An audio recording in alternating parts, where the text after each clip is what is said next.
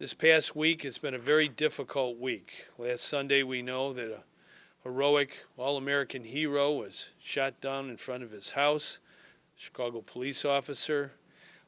This past summer we've lost 3 police officers to violence. Many other men and women have been killed by violence, gun violence, not only in the city of Chicago or in Cook County, but across our state. And it's time to stop the violence. I think the best way to do it is the way that democracy works. Get people of good faith, men and women, banded together in a cause that can't be stopped. The strongest force on earth is when thoughtful, committed people band together for a cause they believe in. And I, this past week, participated in a vigil on the south side of Chicago that remembered a fine young man who lost his life to gang violence and gun violence. He was shot down. He was riding his bicycle. His mom and dad had a religious service, a mass, in honor of his immortal soul.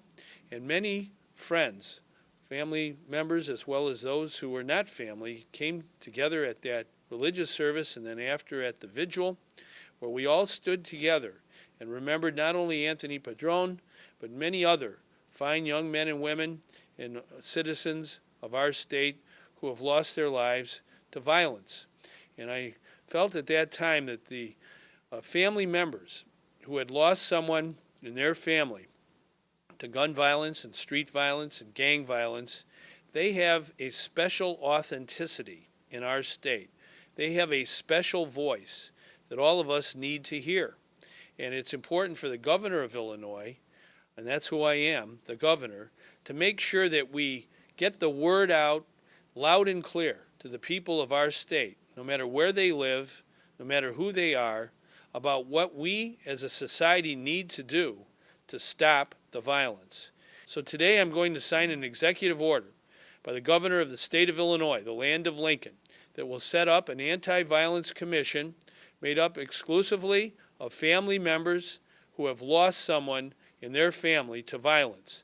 They will conduct public hearings. They will listen to many, many different people and groups all across our state, and they will present a message to all of us no later than November 16th when the legislature reconvenes. But the whole idea of this commission is to make sure that the people of Illinois hear loud and clear the voices of special men and women of Illinois who understand this issue far better than me or anyone else.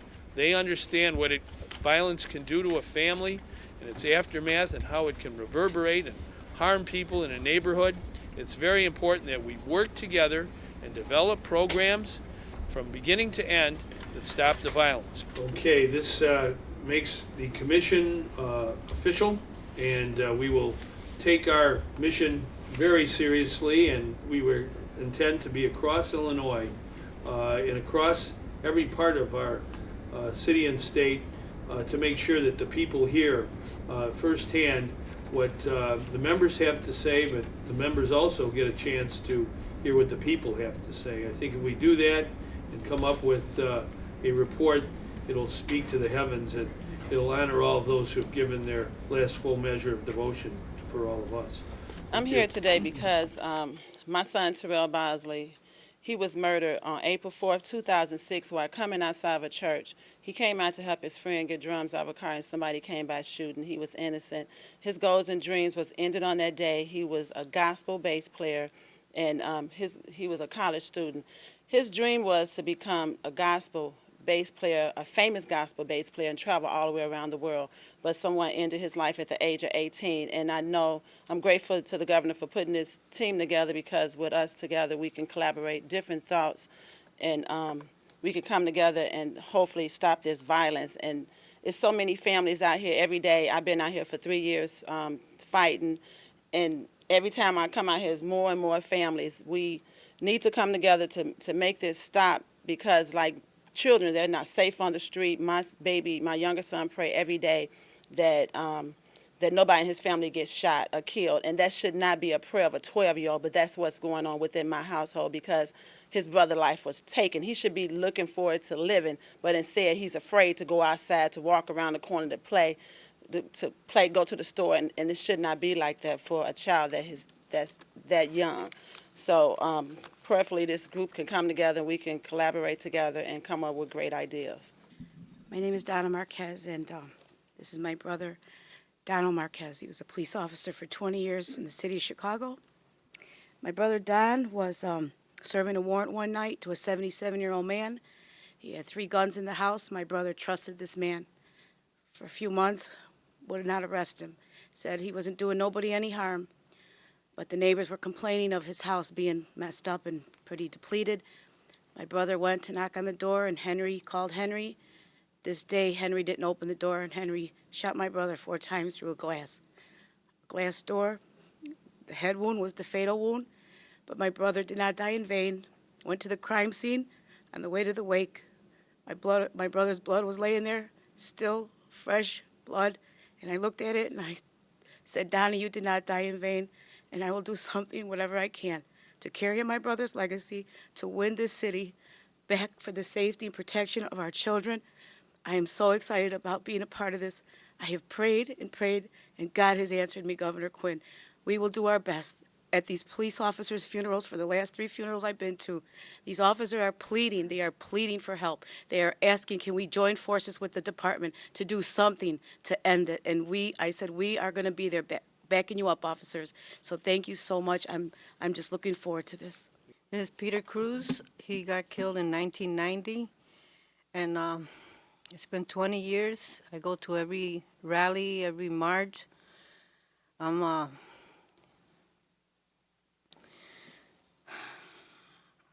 sorry, I was diagnosed with cancer in January, but that it's not going to stop me.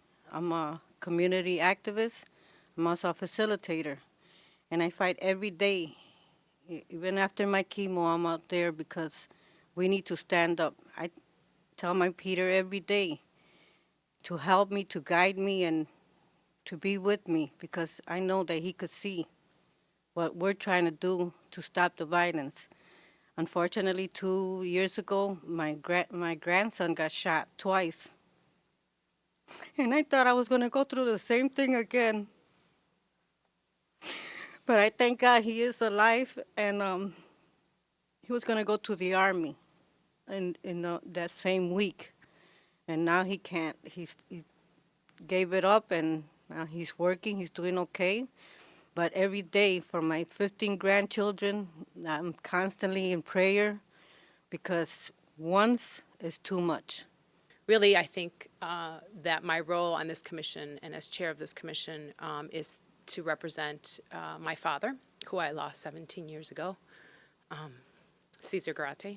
And I was an adult, but had small siblings that he left behind. And someone said, you learn to live with it, but even after 17 years, the pain is still very real. I've dedicated my life to public service, and I believe in the role of government. So this is an especially important task that I've been asked to undertake, and I take it very seriously.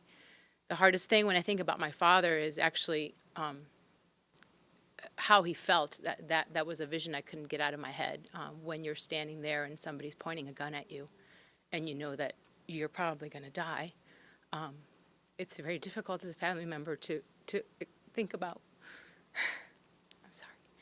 To think about what that person feels and is feeling at that moment, and the fear that person is undertaking.